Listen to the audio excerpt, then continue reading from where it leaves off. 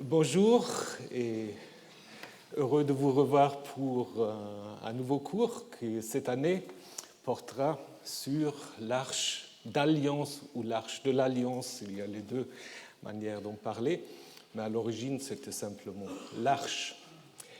Alors, titre, mythe, histoire et histoire, parce qu'il y a en effet beaucoup d'histoires autour de l'arche. Elle a stimulé l'imagination de beaucoup de gens jusqu'à aujourd'hui. Je ne sais pas à quoi vous pensez quand vous entendez parler de l'arche. Il y a eu bien sûr des peintures de toutes sortes. Il y a même Hollywood qui s'est intéressé à l'arche de l'Alliance. Si vous ne l'avez pas encore vu, allez le voir. Vous pouvez aussi lire des romans policiers sur l'Arche de l'Alliance. Donc, en effet, il y a beaucoup de fascination pour cet objet. La question, évidemment, qu'on peut se poser est d'où vient cette fascination? Pourquoi cette arche stimule tellement l'imaginaire? Alors déjà, en fait, une première explication, ça peut être simplement parce que dans la Bible, beaucoup de questions restent ouvertes. Qu'est-ce qu'il est arrivé à l'arche après que Salomon, le roi Salomon, l'a introduit dans le temple de Jérusalem? On ne sait rien. Est-ce qu'elle a été capturée par les Babyloniens quand ils ont détruit le temple? Est-ce qu'elle aurait été cachée par le prophète Jérémie? On va voir ça. Est-ce qu'elle serait arrivée en Éthiopie? Il y a toutes sortes de choses. Et puis, autre grande question, si vous regardez Indiana Jones, c'est pareil. Qu'est-ce qu'il y avait dans l'arche? Parce que dans beaucoup de textes, on a l'impression qu'il n'y avait pas les deux tables de la loi, il y avait autre chose. Mais qu'est-ce qu'il y avait? De l'électricité? Vous allez voir, tout ça est sur le marché. Donc en fait, ce cours voudrait un peu mieux comprendre l'origine de cette fameuse arche qui, justement, ne s'appelait pas toujours l'arche de l'Alliance, mais qui s'appelait peut-être simplement l'arche de Yahvé ou l'arche d'Élohim, ce qu'on peut aussi traduire simplement l'arche divine. Donc vous avez le programme du cours. Donc aujourd'hui, je vais commencer avec un parcours, vous présenter tous les textes bibliques qui parlent de l'arche pour faire une première investigation. Dans un deuxième temps, la semaine prochaine, nous allons poser la question du contenu de l'arche et ensuite nous concentrer sur ce qu'on appelle traditionnellement l'histoire de l'arche qui se trouve surtout dans le livre de Samuel. Je vous dis déjà maintenant qu'il y aura une interruption, c'est-à-dire le jeudi 22 mars, il n'y aura pas cours parce que je ne serai pas à Paris, mais je vous rappellerai encore les choses. Donc ensuite, nous allons surtout nous intéresser à l'histoire de l'arche dans le livre de Samuel et aussi à un site dont on parle peu, mais qui peut peut-être nous révéler des nouvelles choses sur l'arche. C'est le site de Kiryat Yearim, où, ensemble avec l'université de Tel Aviv, nous avons fait des fouilles l'année dernière. Et selon le récit biblique, l'arche aurait été entreposée là pendant 20 ans. Est-ce qu'on a trouvé l'arche? Pas encore.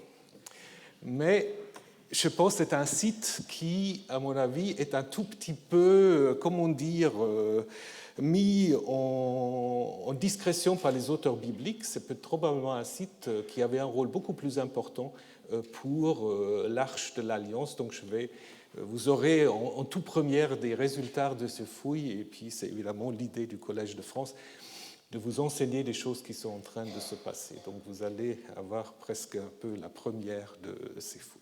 Voilà, donc aujourd'hui, commençons par le commencement. Et avant de débuter cette enquête sur l'arche, il est peut-être utile de poser une question de la signification du terme et aussi le fait, ou expliquer le fait que dans les Bibles françaises, mais aussi dans les Bibles anglaises, il y a en fait deux arches, trois arches. Il y a deux arches, l'arche de Noé et l'arche de l'Alliance.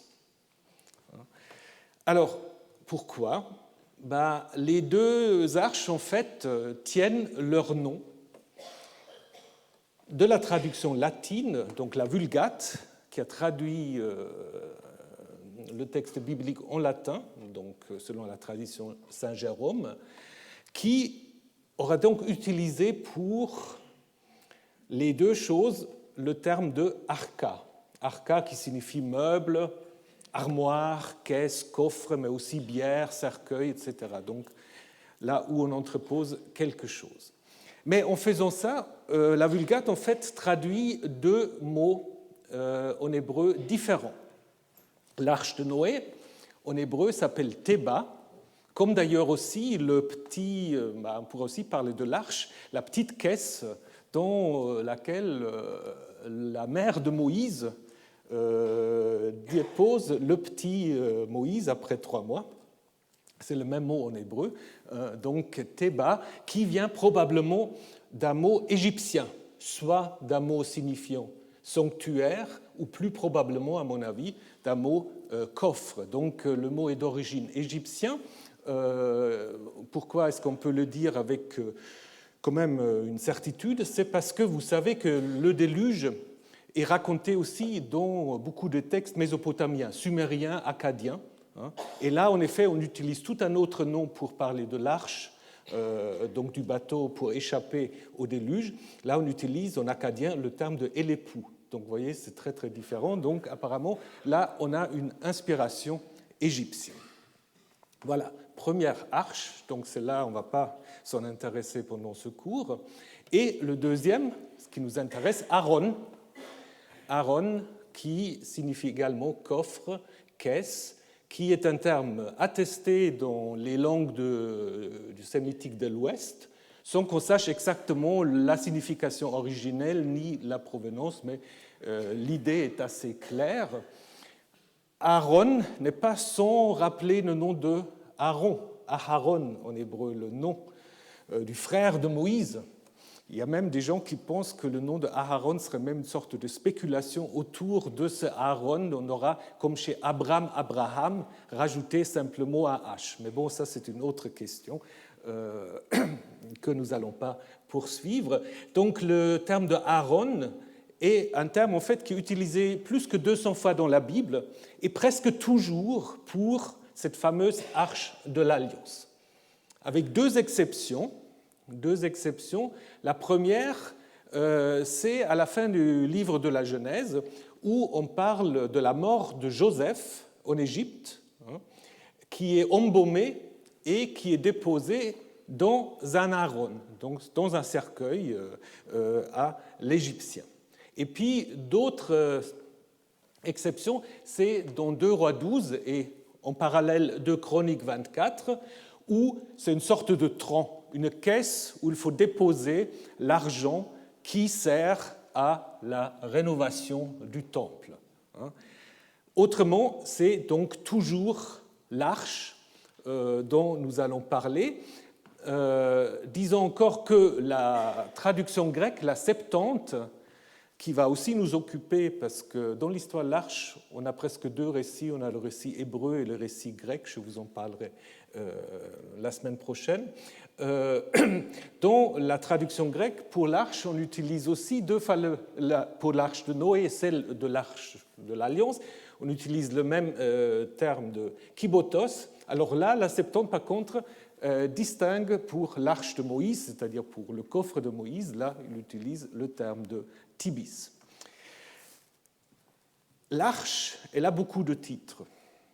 Elle s'appelle, je vais vous donner juste une petite liste, elle s'appelle soit simplement l'arche, Aaron, l'arche de Yahvé, Aaron Adonai, l'arche de Dieu, Aaron Ha-Elohim ou Elohim, l'arche de Dieu d'Israël, l'arche du témoignage, ça aussi c'est intéressant, l'arche de l'alliance, Aaron Habirit, l'arche de l'alliance de Yahvé, l'arche de l'alliance de Yahvé désarmée qui siège sur les chérubins, l'arche de l'alliance de Dieu, la sainte arche, Donc, c'est la plupart des termes qui sont utilisés. Donc, vous voyez déjà, il y a une grande diversité des termes. Et ce qui est très important, de nouveau, c'est que lorsque vous regardez dans le texte grec a très souvent pas l'équivalent. Il utilise un autre terme. Donc, au lieu de arche de Yahvé, souvent on a arche de Elohim, vice-versa. Parfois, le texte masorétique a l'arche de l'Alliance, le texte grec a simplement l'arche divine. Donc il y a beaucoup de changements qu'il va falloir également expliquer. Donc le nom ancien, c'était simplement sans doute l'arche ou l'arche divine ou l'arche de Yahvé. Alors faisons d'abord un premier parcours pour regarder dans quel texte en fait on parle de l'arche. Première remarque qu'on peut faire, c'est qu'elle apparaît dans les trois parties de la Bible hébraïque, donc dans la Torah, le Pentateuque, dans les Nevi'im, les prophètes, et dans les Ketuvim, donc les écrits. Dans la Torah, elle apparaît d'abord dans l'Exode, où on raconte la construction du sanctuaire mobile que Moïse doit faire suite à un ordre de Dieu. Et il va aussi construire l'arche, j'y reviendrai. Ensuite, on la trouve dans le Lévitique, une fois en lien avec un rituel pour le Yom Kippour, dans le livre des Nombres, soit de nouveau avec le tabernacle, le sanctuaire mobile, ou aussi comme accompagnant le peuple durant le désert et pendant la guerre. Ça, c'est déjà important. Et finalement, dans le Deutéronome, on a un autre récit de la construction de l'arche qui est différent de celui qu'on trouve dans l'Exode. Dans les prophètes, d'abord dans les prophètes antérieurs, qu'on appelle parfois les livres historiques, Josué et Roi, l'arche joue un rôle certain dans les récits de conquête, lors de la traversée du Jourdain, lors de la chute des murs de Jéricho. L'arche est présente, mais elle est encore présente aussi dans deux autres textes, Josué 7 et Josué 8, où il y a une sorte de cérémonie de bénédiction, de malédiction à côté de l'arche. Dans le livre de Juges, l'arche est seulement mentionnée une fois à Bethel et en Samuel. Ça, c'est l'histoire de l'arche proprement dite qui va nous occuper beaucoup. On va expliquer comment cette arche est capturée, doit en fait aller en exil. Elle est à Silo, elle est capturée, va en exil chez les Philistins, qui ensuite vont la retourner jusqu'à Kiryat Yearim, justement ce Kiryat Yearim qui est important. Et puis, on raconte en 2 Samuel 6 comment David va la transférer à Jérusalem. À la suite, encore 2 autres ensembles où on dit que, justement, lorsque le temple n'est pas encore construit, l'arche se trouve sous une tente.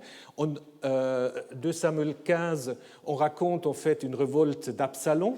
David va quitter la ville et le prêtre Sadok veut que l'arche aille avec lui. Et David dit non, l'arche reste à Jérusalem. Et c'est là, justement, à Jérusalem, où, en effet, Salomon va l'introduire dans le temple une fois qu'il a construit le temple. Mais, justement, après cela, dans tous les livres des rois, elle n'est plus du tout mentionnée. Elle est mise dans le temple, mais une fois qu'elle est dans le temple, on n'a plus rien à raconter de l'arche. Donc il y a un grand silence sur l'arche jusqu'à la destruction de Jérusalem. Donc, après 1 Roi 8, l'arche disparaît de la narration.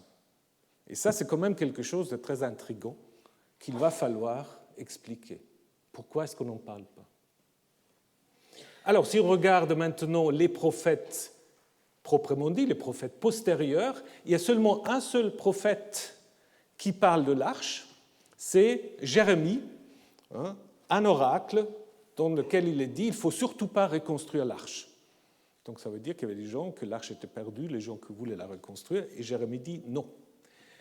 Quand on regarde les écrits, les Ketuvim, alors là, l'arche est très très souvent mentionnée, elle est très populaire dans le livre des chroniques. Bon, vous pouvez me dire c'est normal dans les chroniques, parce que les chroniques, comme vous le savez, racontent l'histoire de Samuel et roi. Mais les auteurs des chroniques rajoutent beaucoup de choses sur l'arche qu'on ne trouve pas dans les livres Samuel et roi. Et insistent surtout sur les Lévites qui sont les porteurs de l'arche et sur son caractère liturgique. Après, dans tous les autres textes des écrits, il y a seul le psaume 132 qui fait allusion, sans doute à l'histoire de 2 Samuel 6, à l'histoire de l'entrée de l'arche à Jérusalem. Mais tous les autres textes n'en disent rien.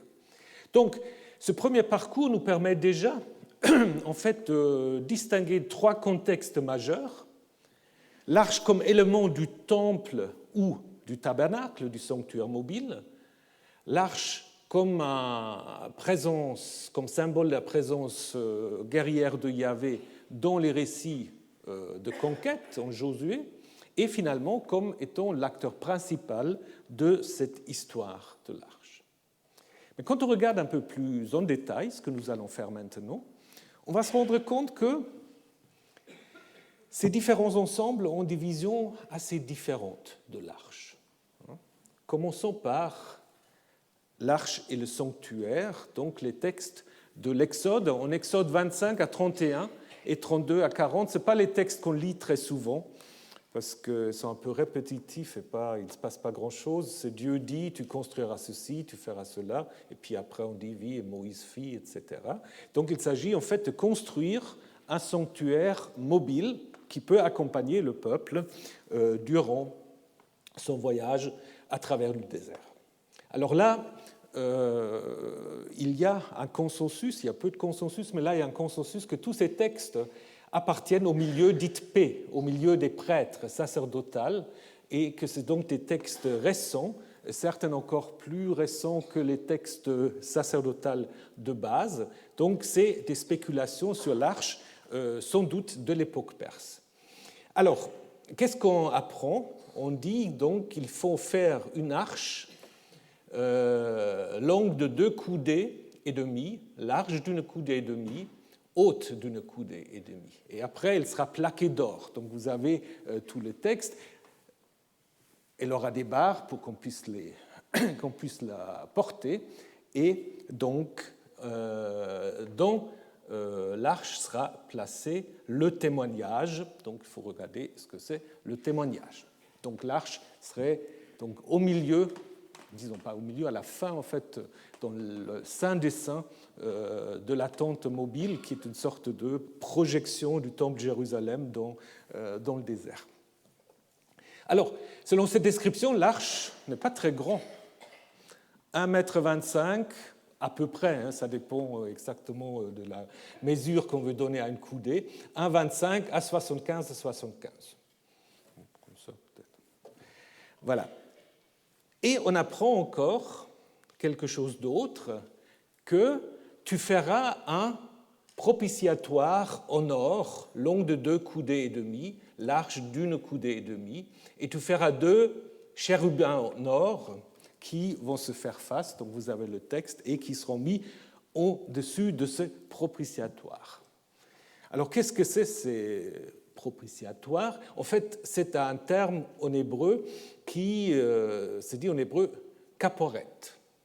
Kaporet, la racine kapar, est souvent utilisée pour dire apaiser, pour produire une expiation de péché, pardonner, d'où donc la traduction par propitiatoire, mais ce n'est pas très clair, ou expiatoire. Luther a traduit par une chaise de grâce, un Gnadenstuhl, ce qui est très joli, mais ce qui ne correspond pas non plus totalement. Donc on a beaucoup discuté de savoir ce que c'est exactement. Et au-dessus de cette caporette, il y a en effet 2 chérubins qui se font face et qui semblent de protéger l'arche. Alors, qu'est-ce que c'est cette caporette? Certains disent en fait ça pourrait être un objet qui à l'origine n'a rien à voir avec l'arche. Parce que c'est seulement dans ce texte sacerdotal qu'il est question de ce couvercle, cette caporette qui est mise sur l'arche. Dans les autres textes, on n'en parle pas. Donc, d'où l'idée que peut-être c'était soit quelque chose de séparé, ou alors la transformation de quelque chose d'autre. Parce qu'on sait, et je vais vous le montrer dans un instant, qu'il y avait des trônes de chérubins sur lesquels pouvait prendre place le roi ou la divinité. C'est peut-être une combinaison qui se met en place ici, entre l'arche et ce trône de chérubin. Donc, les chérubins, alors quand on parle des chérubins, il ne faut pas vous imaginer des petits anges un peu grassouillets qui volent dans les airs. C'est pas ça. Donc, c'est plutôt des choses que vous pouvez voir. Si vous allez au Louvre, aujourd'hui il ne fait pas très beau, allez-y au Louvre après, et regardez dans les antiquités orientales, justement mésopotamiennes, les lamassu ou shedou, en fait, ce sont des génies protecteurs. Kéroub vient en fait de caribou ou kouribou, être intermédiaire, un être qui s'approche et qui a donc ici clairement la fonction de garder l'entrée des palais ou des sanctuaires. Donc, ces chérubins, on continue à parler chérubins, mais donc vous savez de quoi on veut parler, c'est plutôt quand même des êtres dangereux, des êtres hybrides, un peu comme les sphinx aussi en Égypte, des êtres hybrides avec une tête humaine et un corps soit de buffle ou parfois de lion, parfois encore avec des ailes, donc qui sont en effet très menaçants. Donc ici vous voyez que ce caribou menace la faune et la flore. Et le roi, en fait, comme ici, le roi perse, est censé de le dompter, de le contrôler, de les gouverner. D'où aussi donc l'idée qu'on peut avoir des trônes donc, de chérubins, puisque d'une certaine manière, ils symbolisent soit la protection de celui qui siège sur le trône, ou aussi la puissance de celui qui siège sur le trône, qui est justement en mesure de les dominer, de les contrôler.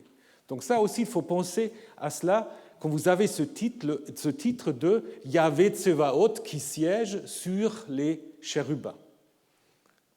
Mais ça, c'est probablement pas lié à l'origine à l'arche, c'est plutôt lié, on y reviendra, au temple de Jérusalem. Donc, dans les textes sacerdotaux de l'Exode, les chérubins, je ne sais pas pourquoi dans les reconstructions on les fait toujours comme femmes, ça c'est peut-être l'idée des artistes, ce n'est pas précisé dans le texte.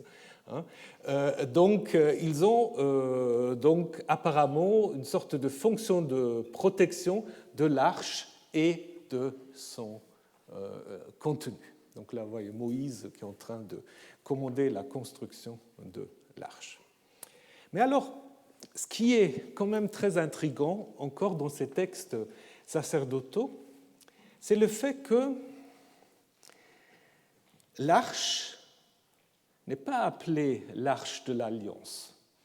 Elle est appelée Aaron HaEdut, l'arche du témoignage. Aide, témoin, témoignage. Alors, on ne peut pas dire que les auteurs sacerdotaux ne connaissent pas le terme de Berit, alliance, parce qu'ils l'utilisent dans d'autres textes. Ils l'utilisent, par exemple, quand ils racontent comment Dieu fait alliance avec l'humanité. Donc, lorsque Noé fait le premier sacrifice à la fin du déluge, il est question d'une alliance dans les textes sacerdotaux. Il est également question d'une alliance lorsque les auteurs sacerdotaux parlent au chapitre 17 de la Genèse de l'alliance que Dieu établit avec Abraham. Donc, il faut se poser la question, pourquoi ici les auteurs sacerdotaux évitent ce terme d'alliance? Pourquoi ils parlent de ha-edut? Et une théorie qui me semble tout à fait convaincante, ça pourrait être que pour les auteurs sacerdotaux, l'arche, ce n'était pas l'arche de l'Alliance, justement. Elle avait une autre fonction. Et edut, le témoignage, pourra faire en fait allusion à ce qu'on appelle des pierres de fondation. Qu'est-ce que c'est des pierres de fondation?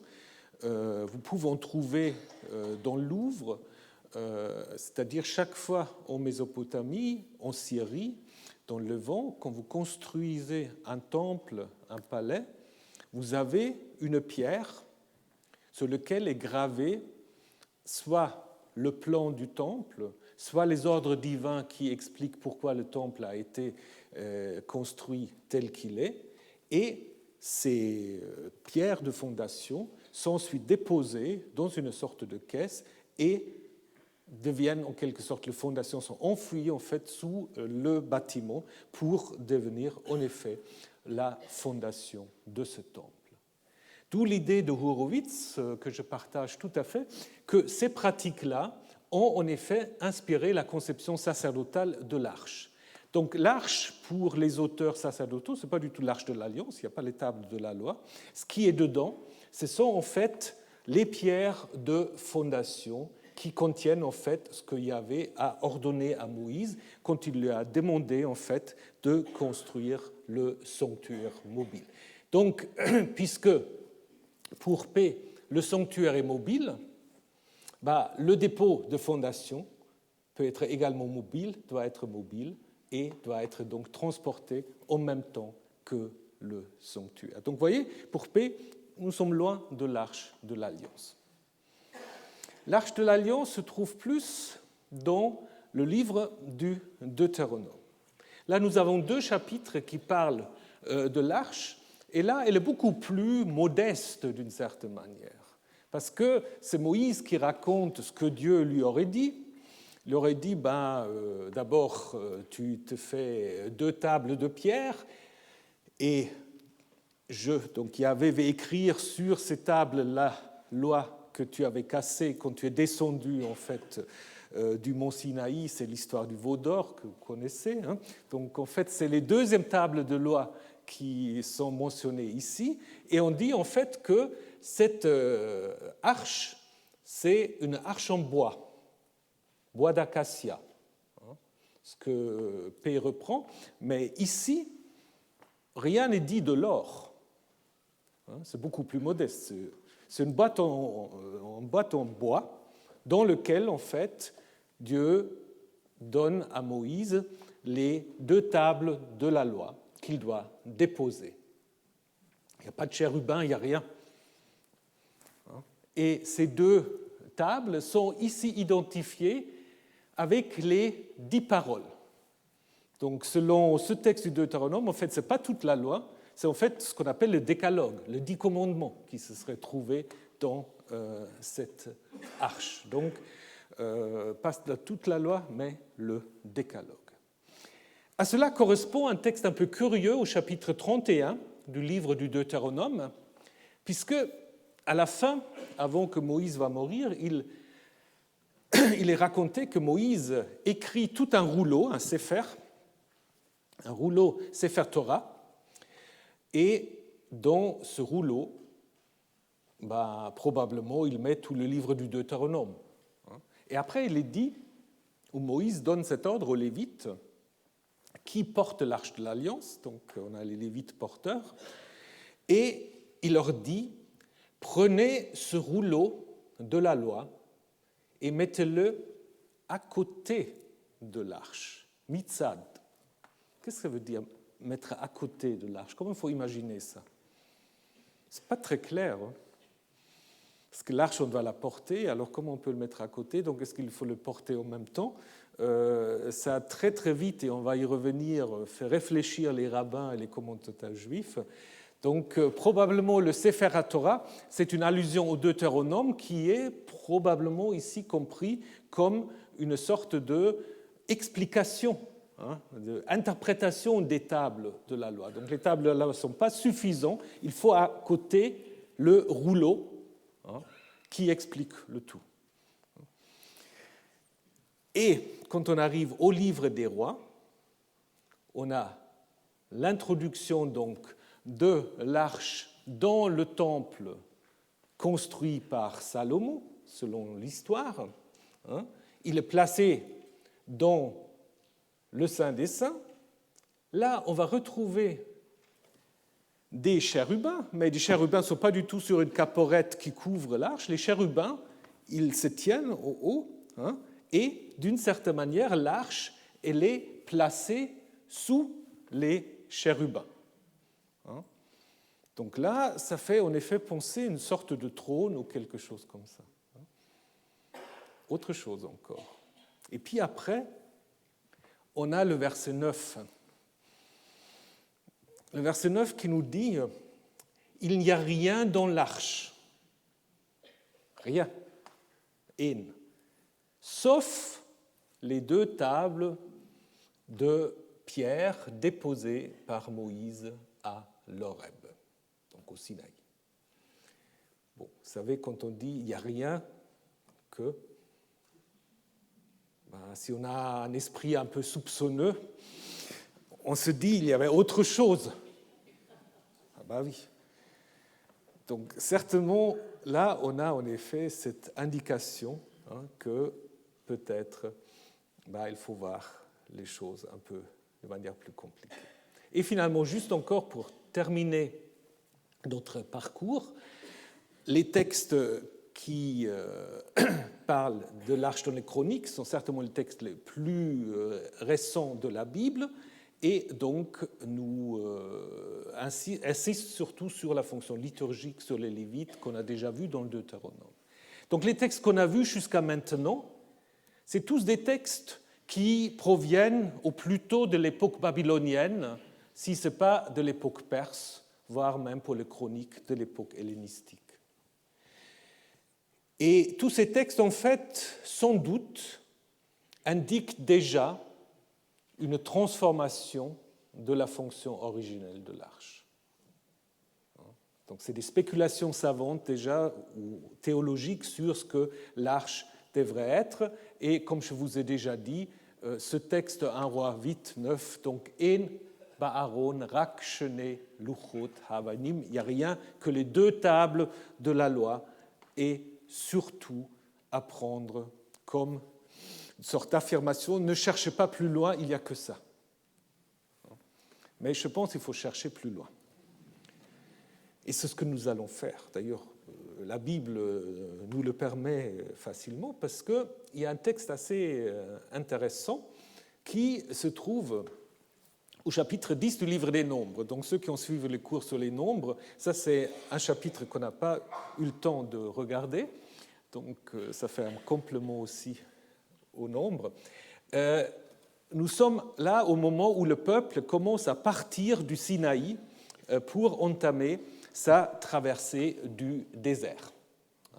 Et là, en fait, on dit ils partirent de la montagne de Yahvé pour une marche de 3 jours. L'arche de l'alliance de Yahvé était partie devant eux pour une marche de 3 jours, afin de leur reconnaître un lieu de repos. Après, tout d'un coup, on parle de la nuée au verset 34. Et puis en 35, on revient sur l'arche. Quand l'arche partait, Moïse disait « Lève-toi, Yahvé, que tes ennemis soient dispersés, que ceux qui te détestent prennent la fuite devant toi. » Et quand on l'a posé, il dit « Reviens, Yahvé, vers probablement les multitudes des milliers d'Israël. » Donc la nuée n'a rien à voir avec l'arche ici, donc sans doute on a voulu combiner les différentes idées sur la guidance du peuple dans le désert. Il est même possible que toute cette histoire de l'arche a été insérée après coup parce que vous voyez qu'on a 2 fois marche de 3 jours. Pour ceux qui suivent attentivement, si je vous dis Wiederaufnahme, ça vous rappelle quelque chose? Non. Wiederaufnahme, c'est reprise. Donc en fait, les rédacteurs, quand ils ajoutent quelque chose, ils répètent souvent une partie du texte ancien auquel rattachent en fait la nouveauté. Donc il est tout à fait possible que les dits sur l'arche sont ajoutés après coup. Et ça, c'est aussi l'avis d'un des derniers qui a travaillé beaucoup sur l'arche de Yahvé, Portzik, qui dit que c'est des ajouts très tardifs, post-sacerdotal. Il fait remarquer aussi que l'expression les milliers d'Israël apparaît seulement dans les textes des Nombres, ou apparemment c'est des textes nouveaux récents. Mais c'est ce qu'il faut dire quand même, on l'a essayé de montrer dans le cours sur le nombre, bien que le livre des nombres soit un livre très très tardif, le livre peut intégrer beaucoup des traditions qu'on voulait encore garder au moment où on a compilé la Torah. peut-être on a compilé la Torah aussi, ce sera sans doute le thème du cours l'année prochaine, un peu dans la hâte, parce qu'il y a beaucoup de choses où ce n'est pas toujours très réfléchi. Donc Pentateuque a été aussi peut-être un peu rédigé de manière vite. Mais toujours est-il qu'on peut avoir dans ce dit sur l'arche quelque chose d'archaïque. Et nous avons une indication assez intéressante pour cela. Ça, c'est le Codex de Léningrad, donc le premier grand manuscrit de la Bible hébraïque, où vous pouvez voir, donc ça c'est les deux versets qui parlent donc de lève-toi Yahvé et poursuis tes ennemis et reviens sur les milliers d'Israël.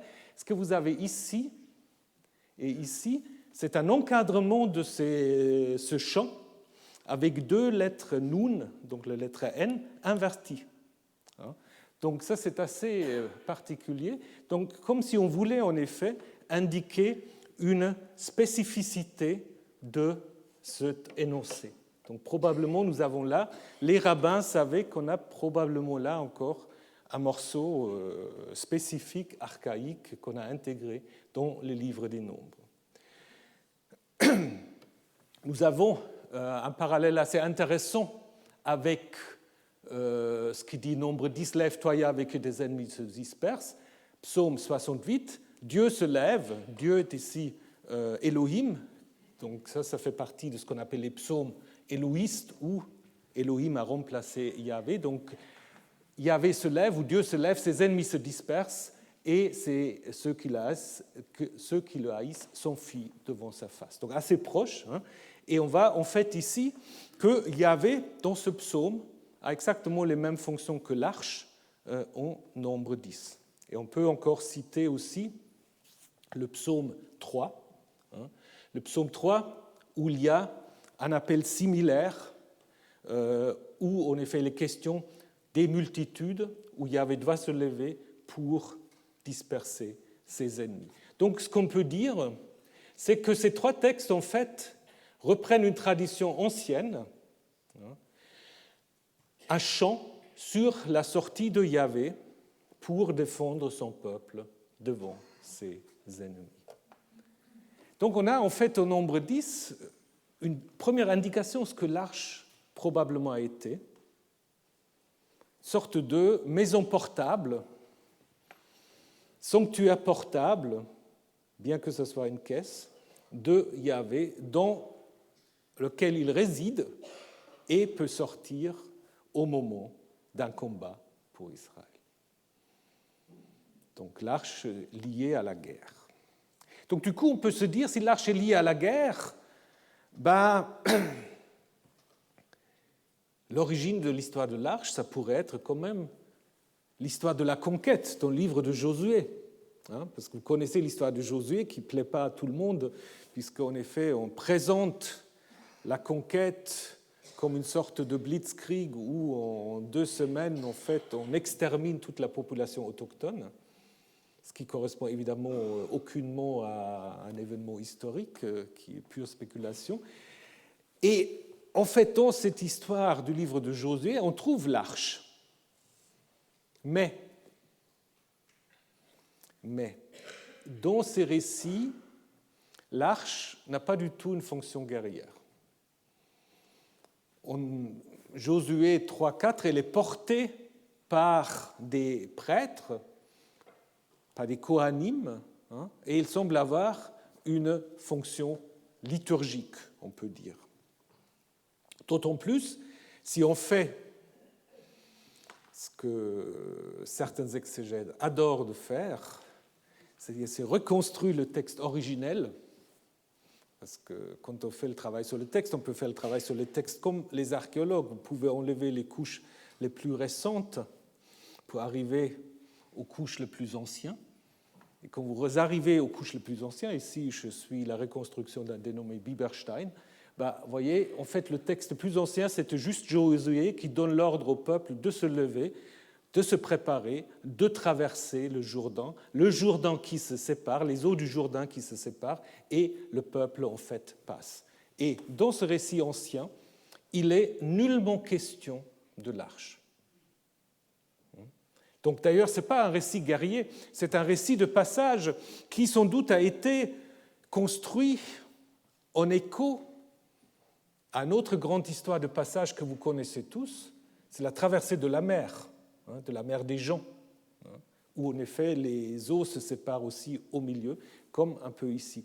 Donc c'est un récit mythologique, mais dans ce récit mythologique, l'arche, à l'origine, ne figurait pas.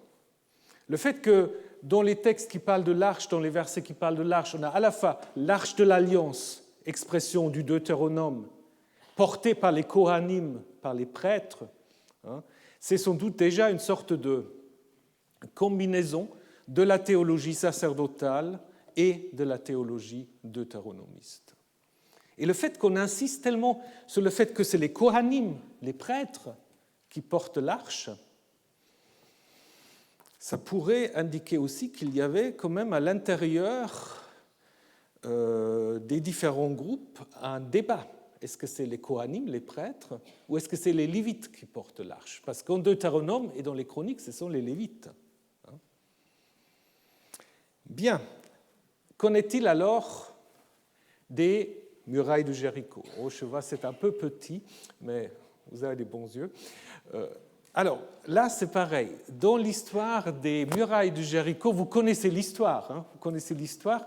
Le peuple va faire le tour de la ville pendant 6 jours, et le 7e jour, les murailles s'écroulent et le peuple peut conquérir Jéricho. Là, de nouveau, si on construit le récit ancien, je ne sais pas si vous arrivez à le lire. Ouais.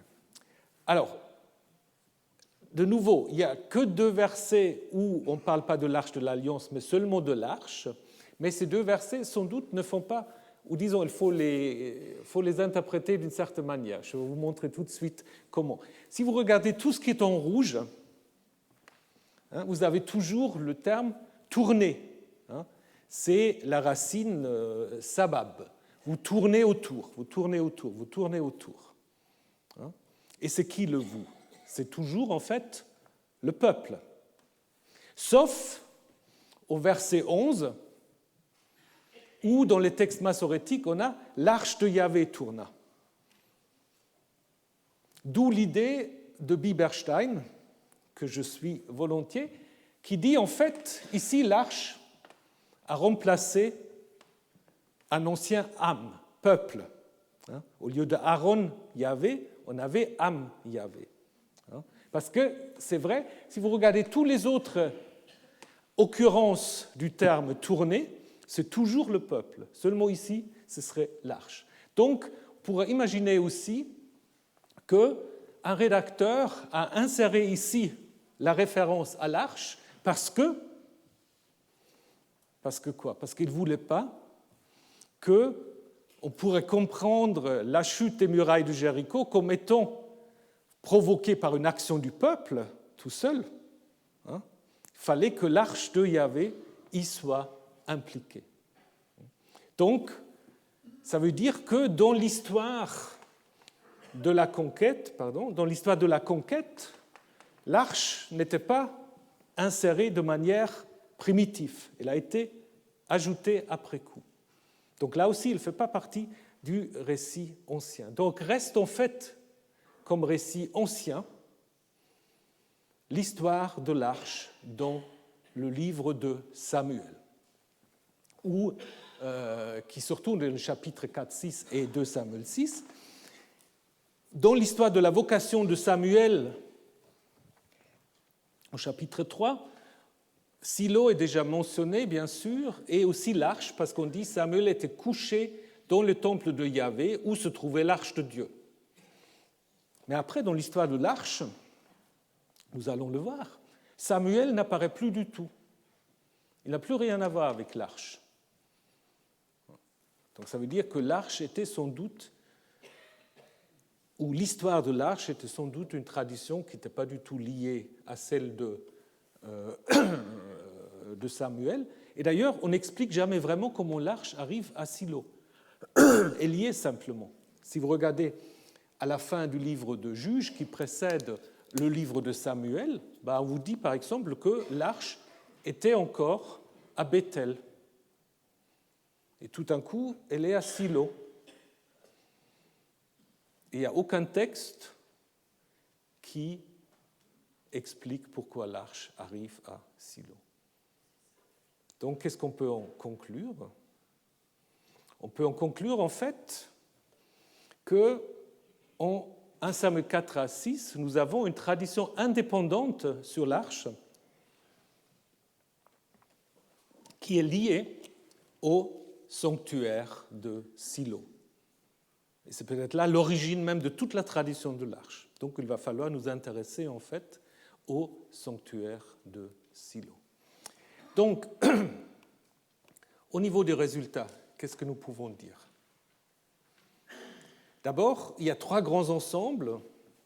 La construction du sanctuaire, dans la tradition sacerdotale, où l'arche contient les tables de fondation du sanctuaire. Elle est liée aussi à cette idée de caporette, de l'expiation. Ensuite, l'arche dans la tradition deutéronomiste, où elle contient surtout les tables de la loi. C'est ça ce qui s'est finalement imposé d'une certaine manière. Et finalement, l'arche dans un contexte guerrier, au nombre 10, en Josué, mais là nous avons vu qu'elle a été insérée tardivement, et surtout dans l'histoire de l'arche, dans le livre de Samuel. Donc en fait, on a 3 contextes différents. Et à cause de ces 3 contextes, il y a eu un savant, Joseph Gutmann, qui a eu une idée qu'avaient déjà les rabbins, d'une certaine manière, qu'en fait, il n'y avait pas une seule arche, il y en avait 3. Il y a 3 arches différentes. Donc la première, en fait, ça aurait été l'arche à Silo, que David aura ensuite amenée à Jérusalem, mais, dit Gutmann, que Salomon n'aura jamais mis dans le temple. Et puis il y avait une deuxième arche qui aurait été introduite dans le temple par Josias, le roi Josias. Et finalement, une troisième arche qui aurait été en fait fabriquée par les prêtres du second temple avec cette caporette. Alors qu'est-ce qu'il faut en dire? Vous êtes convaincus par ça? Je pense qu'il a vu des choses intéressantes. À mon avis, il a vu 2 choses intéressantes. Première chose qu'il dit, que Salomon n'a jamais mis l'arche dans le temple. Je crois que ça, c'est vrai. Et je vais vous montrer pourquoi. Pas tout de suite, il faut que vous reveniez. Et ensuite, ce qui est important aussi, c'est le rôle de Josias. Ça, je crois que c'est vrai. Donc là, il a eu des intuitions assez justes. Mais, où à mon avis il se trompe, c'est l'idée qu'il y a 3 arches différentes. En fait, on a des réinterprétations en fait, d'une arche ancienne qui devient autre chose chez les deutéronomistes et qui devient encore autre chose dans la tradition sacerdotale. Donc, c'est vrai que la tradition la plus ancienne, c'est celle de Silo, alors là, tout à fait d'accord, mais à partir de cela, on a réinterprété chaque fois la fonction de cette arche. Disons encore quelques mots sur la disparition de l'arche. Comme je vous ai dit, il n'y a pas d'information dans la Bible sur ce qu'elle devient l'arche après la destruction du temple.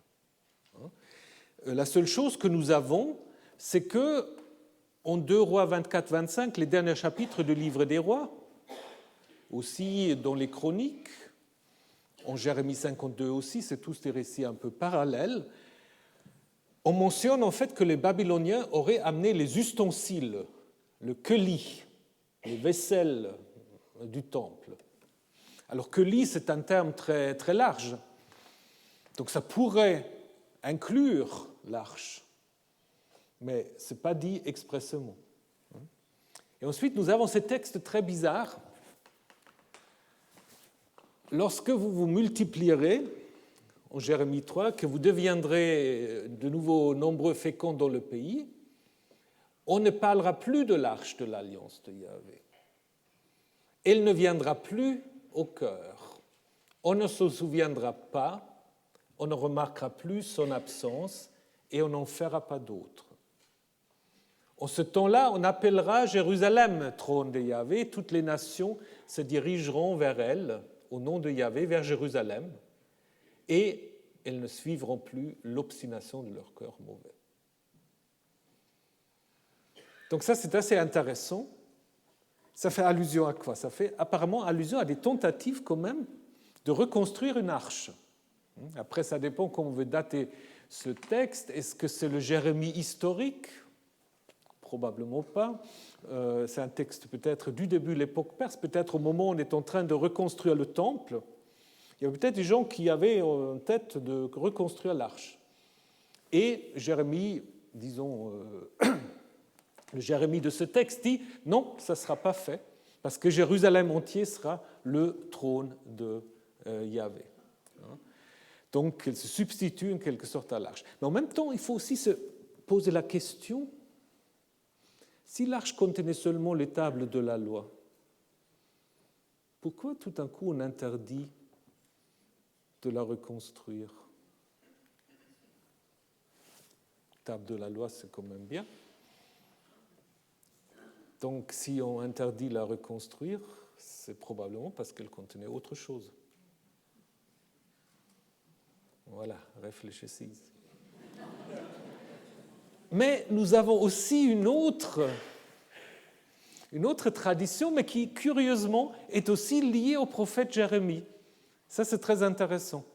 Si quelqu'un cherche un sujet de recherche, pourquoi Jérémie, c'est à la fois c'est lui qui dit qu'il ne faut plus refaire une arche, et c'est lui, selon le livre des Maccabées, donc le livre des Maccabées qui ne se trouve pas dans la Bible hébraïque, mais qui se trouve donc dans les Bibles grecques. Selon ce livre de Maccabée, l'arche aurait été cachée par Jérémie. Donc vous lisez qu'en fait Jérémie trouva une habitation en forme de grotte à la montagne où Moïse était mort, y introduisait la tente, l'arche et l'autel à parfum. Après quoi, on obstrua l'entrée. Quelques-uns de ses compagnons voulurent s'y rendre pour marquer le chemin par des signes, mais ils ne purent le retrouver. Et on apprit cela, Jérémie les blâma. Ce lieu restera inconnu jusqu'à ce que Dieu ait accompli le rassemblement de son peuple et qu'il ait manifesté sa miséricorde. Donc là, c'est tout autre chose. L'arche est cachée par Jérémie, mais pas détruite. Et un jour, elle réapparaîtra. On va voir quand. Alors, brièvement encore, Qumran aussi s'intéresse pas mal à l'arche. Alors, dans les textes de Qumran, évidemment, on a les textes bibliques qui reprennent évidemment les textes de l'Exode et d'autres. Et là, il y a juste un détail que je voudrais vous faire remarquer. Dans l'histoire où il faut construire l'arche du témoignage, il y a un problème grammatical dans le texte de Qumran, parce qu'on va parler de Ha-Aaron, Ha-Edut. Pour ceux qui savent l'hébreu, ils savent que ça ne va pas. Il faudra avoir Aaron Ha-Edut, construction donc génétivale. Pourquoi Ha-Aaron Ha-Edut? Probablement parce qu'il y a déjà une polémique sur l'idée qu'il y a 3 arches. Donc apparemment, c'est une arche. L'arche, la seule et unique, donc ça voudrait dire qu'à l'époque de Qumran, il y avait déjà cette idée de plusieurs arches. Après, vous avez un texte qui est appelé en fait l'apocryphe de Moïse, où en effet on parle dans ce passage de la question comment on reconnaît le vrai prophète, comment on distingue le vrai du faux prophète. Et là, il est dit que le prêtre s'approche de l'enceinte du voile et se placera près de l'arche du témoignage. Là, il cherchera toutes choses qui sont cachées, les choses cachées, les nistarotes.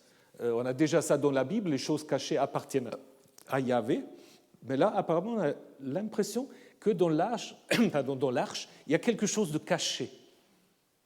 Quelque chose de caché. Alors, qu'est-ce que c'est ce qui est caché dans l'arche ? Là, probablement, une certaine interprétation de la loi, parce que pour comprendre qui est le vrai et le faux prophète, il faut qu'il ait accès à l'arche pour voir les choses cachées. Et un autre texte, peut-être le plus intéressant, c'est celui de l'écrit de Damas, écrit de la communauté, où il est question dans les chapitres 4 et 5 des filets de Bélial. Bélial, c'est le méchant, le diable, tout ce que vous voulez. Et donc, on parle en fait des gens qui se sont pris dans les filets de Bélial. Donc, 3 choses, ceux qui sont dans la prostitution, la richesse et l'impureté du sanctuaire. Donc, au début, on parle en fait de la prostitution, dénonçant surtout la polygamie, et en citant au verset 1 des textes de la Bible qui sont contre la polygamie. On cite par exemple, ils entrent dans l'arche, non pas dans l'arche de l'Alliance, l'arche de Noé, 2 à 2, donc en couple. Et on cite ensuite, au sujet du prince, ils ne multiplièrent pas pour lui des femmes. Et après, on voit la 6b, on continue après avec la souillure, c'est-à-dire des gens qui ont des rapports sexuels qui ne correspondent pas à ce que le Lévitique nous prescrit. Par contre, entre les deux, on a inséré un passage sur David. Parce que David, en fait, il n'a pas vraiment vécu selon ce qui est prescrit. Le roi ne multiplie pas pour lui des femmes. Il avait beaucoup de femmes. Alors, qu'est-ce qu'on fait maintenant avec ce pauvre David ? On va appeler, parce qu'il est polygame. On va trouver l'explication. Quant à David, il n'avait pas lu dans le livre de la Torah, normalement il doit savoir, il n'avait pas lu dans le livre de la Torah scellé qui était dans l'arche, car il ne fut pas ouvert en Israël depuis le jour de la mort d'Éléazar et de Josué jusqu'à l'arrivée de Sadoc. C'est-à-dire, l'idée ici, c'est que le pauvre David, il ne peut rien parce que l'arche était scellée. On ne pouvait pas avoir accès au contenu de l'arche. Donc, du coup, en fait, il est excusé d'une certaine manière. Il est excusé, et donc, ce que nous avons ici, c'est que l'arche ne contient pas les tables de la loi, elle contient toute la loi, le rouleau de la loi.